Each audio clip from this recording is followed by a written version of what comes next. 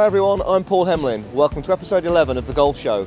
On The Golf Show this week, I've got a very special invite by the guys at Scottsdale Golf down here in Cheshire to the opening of their new Fit, Build and Play Centre. It's an unbelievable facility. I really can't wait to get inside and show you it. And also there's a very special guest, and I'll give you a little bit of a clue. So fingers crossed, I'll get to interview the world number 10 as well on The Golf Show. I really hope you're enjoying watching The Golf Show. I would encourage you to please hit that subscribe button up there and turn on those notifications there. That way you're not going to miss any of the great content we're putting out each week on The Golf Show.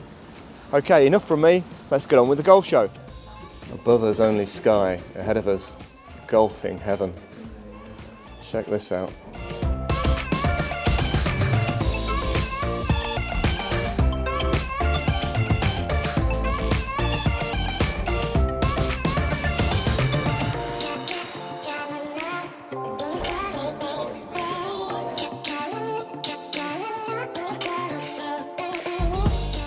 What an experience this is for the customers. I've never seen anything like this in 30 years of golf. Two full-size bays. These bays are super.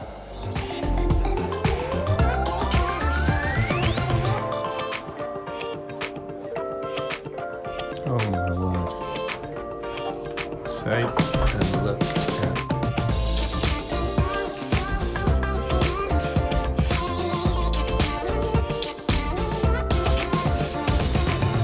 This is just the ultimate golfing toy shop. I'm in absolute heaven here. I feel like Tom Hanks in Big, where he's got that big piano. La la la la la. This is unbelievable. I'm absolutely loving this.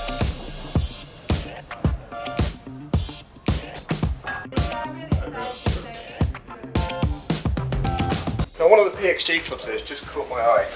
And the reason for that is there's no grip on it. You don't normally see a golf club without a grip. And I was really surprised. You know, the head weight on that really, you know, the balance is like that. That's incredible. So let's go and have a chat with Liam and see what difference putting a grip on or some rolls of tape makes the weight of the club and the balance of the club. So we'll swing weight it without the grip on first. Yep. Let it load up. Yep. Get it back down to 0. These all look like very expensive pieces of equipment. Yeah, they don't come cheap. Currently swing weighting, very heavy in the head. Yep. E2.1. Yeah, I was surprised when I picked it up. I've not really picked up a golf club without a grip on before, and it really sort of tips totally over in your hand. Yeah. The balance point is completely shifted, so we'll pop a grip on. Yep. So this is how we swing weight. We cut the grip up, and then it allows us to swing weight the club. Gotcha. Yeah. With different grips and different heads and things, so shafts. Pop that on now. See this inco's gone down to D4.5. Yep. Okay. If you're going to have a layer of tape on there as well. The layer of tape would have a bearing on the weight? Some weight bearing, yeah. Really? Yeah. Wow, that's incredible. So 2 layers of tape have some bearing, yeah, absolutely. There is really no detail, you know, Nothing left to chance, is there? No, nothing's unmissed. When it comes to swing weight, then you've got to be really precise, and we want to swing weight within a sort of 0.2, 0.3 tolerance. And obviously you've got to get that the same for all the clubs in the set. Yeah, throughout the set, you just vary a little bit, so the swing weight now has changed to D4.1. Incredible. So we've got another layer of tape on there, where we go down to D4.0. Yeah. Fantastic. Okay. Thank you, Liam. No problem. So I'm now joined by Scott, who builds the clubs. So once you get the data through from the guys, what's the process then? How long does it maybe take to say build a set of irons, Scott? Depending on the specifications, it takes between an hour and a half to 2 hours. You're putting grips on, everything there, Grips, flies, strengthening, weakening, swing weights, tire, just making everything neat. And what's your favourite to fit? Do you like doing drivers, wedges, cutters? More of an iron. Yeah? Yeah. A bit more craftsmanship in that? Yeah. Excellent, good stuff. Can we look at some of the tools you use? Yeah, sure. We'll start here, we've got the loft and line machine. Obviously we can see what swing weights and what lie angle, we need it strong or weak. Yep. And then obviously if we need to adjust, we just use the bend. Yep. This is quite neat, it allows us to put all 4 shafts in at a time. Yep. And simply to length. Yep. Nice and smoothly. And is that again with the ruler? measure twice, cut once? Yeah. So, again, then we've got the swing weight. So this is obviously making sure it's balance level. If we need to, we can add weights. We can adjust it with the tape. And you would need to do that after you've cut the club down, and you're just making sure once it's the right size that all the weights are okay. We'll put the grip on, we'll put the head on, make sure it's pretty much all set up, and then obviously use that to make sure that the balance is perfect. This machine is a gluing machine, so instead of having to put the glue on and build it up yourself, this will put in the exact quantity we need, depending on the swing weight as well. And is that glued at a really high temperature? Yes. Yeah, which once the shaft and head are glued, just simply clip it in there and that heats up, and that allows the club to really set within an hour. It's like being on board a tour truck. It really is. Yeah. This is just a simple clamp just to hold it in case we need to do anything. Same with that. And then this is the ferrule machine we use. So this obviously turns, belt machine. It's a nice smooth surface, so it obviously doesn't scratch the club head, but it will get the ferrule down nice and smooth on. Fantastic. There's so much equipment involved, I have no idea. And then we've got this sandpaper spin, and this is for the tip, and this just roughens it up to help bond the glue a bit better. Fantastic. To make sure it doesn't fly off. Fantastic. That is really cool. And then we've got this. This is obviously when we want to take a head off, remove a head, remove a ferrule. So yeah, that's quite straightforward. Excellent. And what do we got here? This is our grip station. We simply put a club in there. It's got the alignments there with the club face. We can then spin that around and we can make sure the grip is perfectly in line with the head.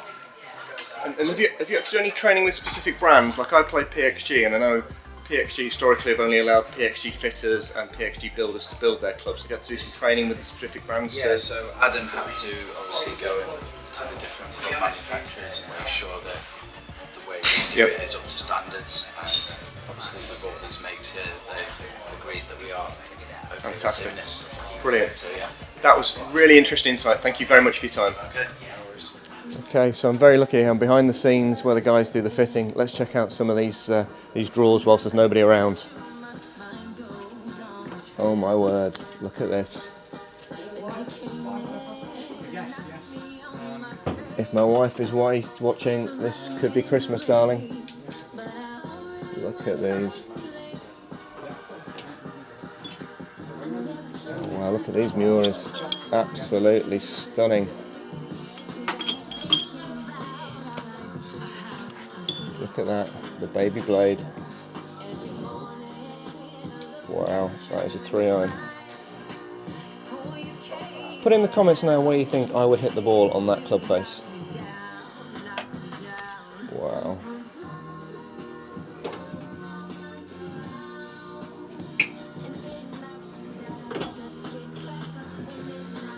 Got a friend of mine who's over in Spain at the moment that would be going crazy if he could see this draw. Lee, you know who you are. Yeah, got any stickers on? She loves me, she loves me not. She loves me, she loves me not. First practice or play? Definitely play. Is it true Danny Wardrop regularly takes you on money when you play golf together? Who says I is? You don't know. That was me that time, sorry.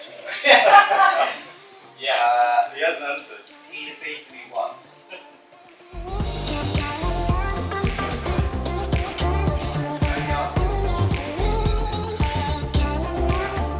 Yeah, I think any range session for me is just generally a warm up. I don't particularly enjoy the range, so I just try and leave it as soon as possible.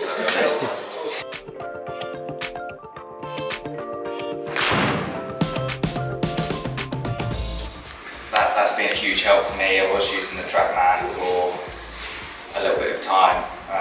That's what I got first, but then I've just moved on to this, the quad, because my dad's got one in his studio, so it kind of makes sense that we're both using the same thing and everything like that. Yeah, my It's like ball fade, flight is generally fairly neutral to a bit of a fade. I don't draw the golf ball very well at all. It's not something that I'm particularly comfortable with doing. and I don't often think about shaping, so I'll just sort of pick my target and just hit it at that.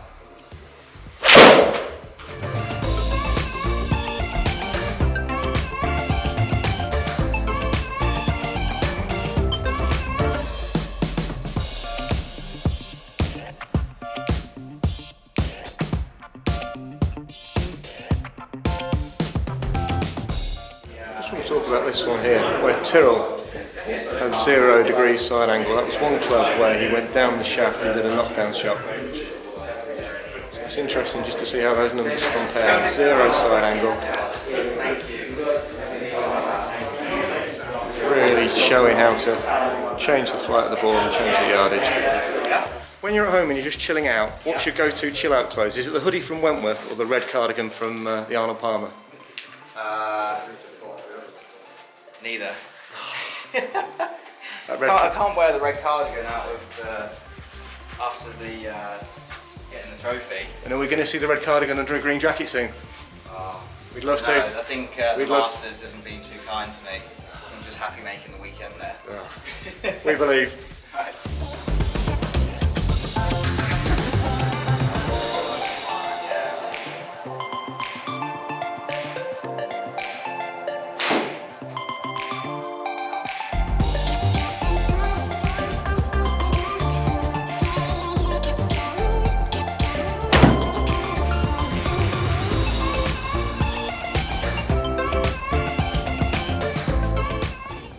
It's been a fantastic morning with the guys here at Scottsdale Golf. Lee, Frank and the team have been absolute legends. It's been brilliant. Really enjoyed it. Great to see Tyrell Hatton hit some shots as well close up. Hope you really like that. Please remember to hit that subscribe button if you can, and we'll see you next week on The Golf Show.